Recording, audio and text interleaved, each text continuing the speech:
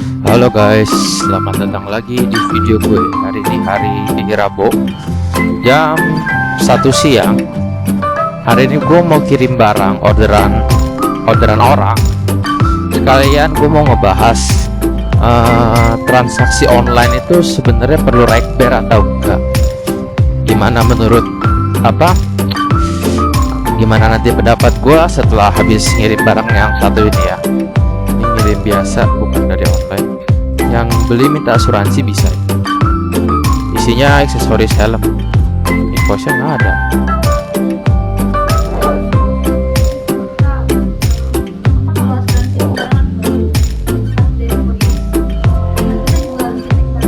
Oh, dibuka gitu. Oh ya udah deh, ntar saya kasih tahu ke pembelinya, nggak usah kalau gitu. Oke guys, gue sudah ngirim barang. Ternyata kalau ngirim langsung itu barang nggak bisa diasuransiin. Bisa sih, tapi syaratnya itu barang harus baru, harus ada invoice, dan barang harus dibongkar di outlet kita pas nyerahin. Jadi pihak JNT-nya juga ngelihat barang kita gitu loh. Ya kalau nggak lewat rekber ya gini ya minusnya. Kalau misalnya kita lewat rekber kan kayak Tokopedia atau Shopee gitu, langsung otomatis asuransi. Nyambung juga ke pembahasan gua hari ini, transaksi online lebih baik pakai rekber atau enggak.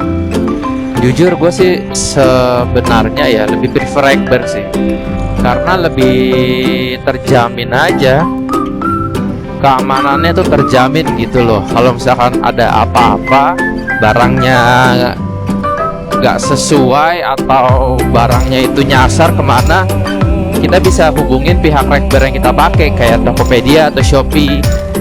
Kalau nggak pakai rekber,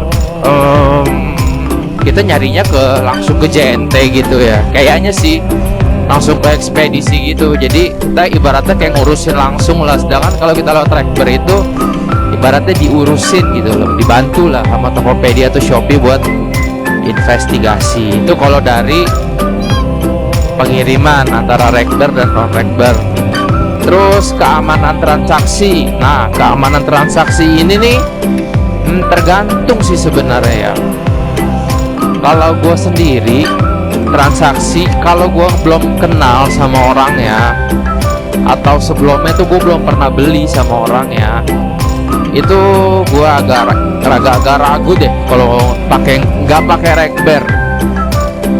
Kalau kalian belum kenal sama si penjualnya itu, lebih baik sih kalian pakai rekber aja deh, cari aman. Kalian minimal transaksi sekali itu 2 kali di toko itu, atau minimal kalian pernah datang ke tokonya atau pernah COD sama dia. Nah itu untuk keamanan transaksi. Apalagi kalau reputasinya itu masih diragukan gitu ya, belum ada testimoni dari orang dia recommended seller atau enggak. Dan recommended seller itu juga nggak ada standarnya ya. Jadi kayak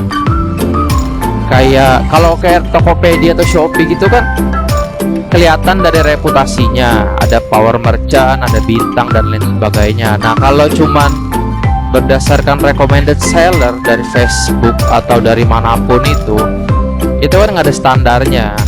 Jadi kita buat menilai aman atau enggaknya itu tuh ya ragu, karena nggak ada standar pastinya. Jujur gue sebagai seller ya, ada beberapa bahkan udah banyak juga orang yang transfer langsung. Ya gue sebagai seller yang amanah ya, ini kan juga jualan untuk jangka panjang, sebisa mungkin ya kita jaga kepercayaan itu.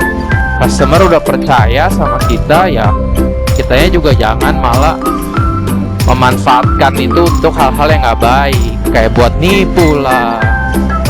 Jujur aja ya, percaya deh, sekali kalian nipu, nama baik kalian di toko itu atau di usaha kalian itu bakal jelek.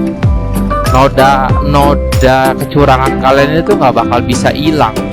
Apalagi zaman sekarang ini kan zaman sosial media ya, jejak digital itu kan nggak bakal bisa hilang. Kalian mau cuci tangan sebersih apapun ya, jejak digital nggak bakal hilang.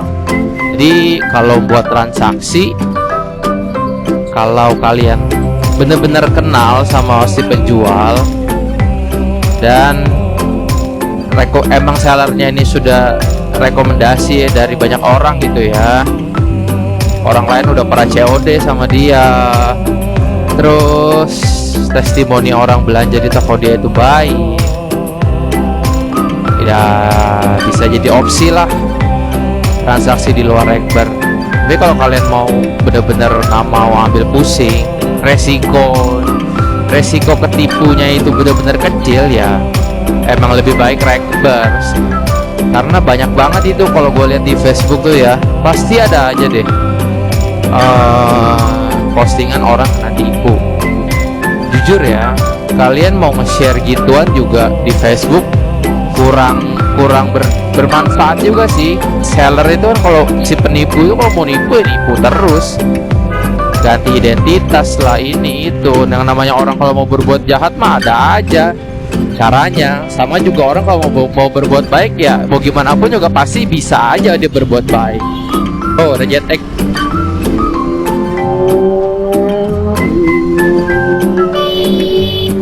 Bengong baik. Jadi begitu ya guys ya. Kalau gue pribadi lebih rekomendasi kalian pakai Ekber deh.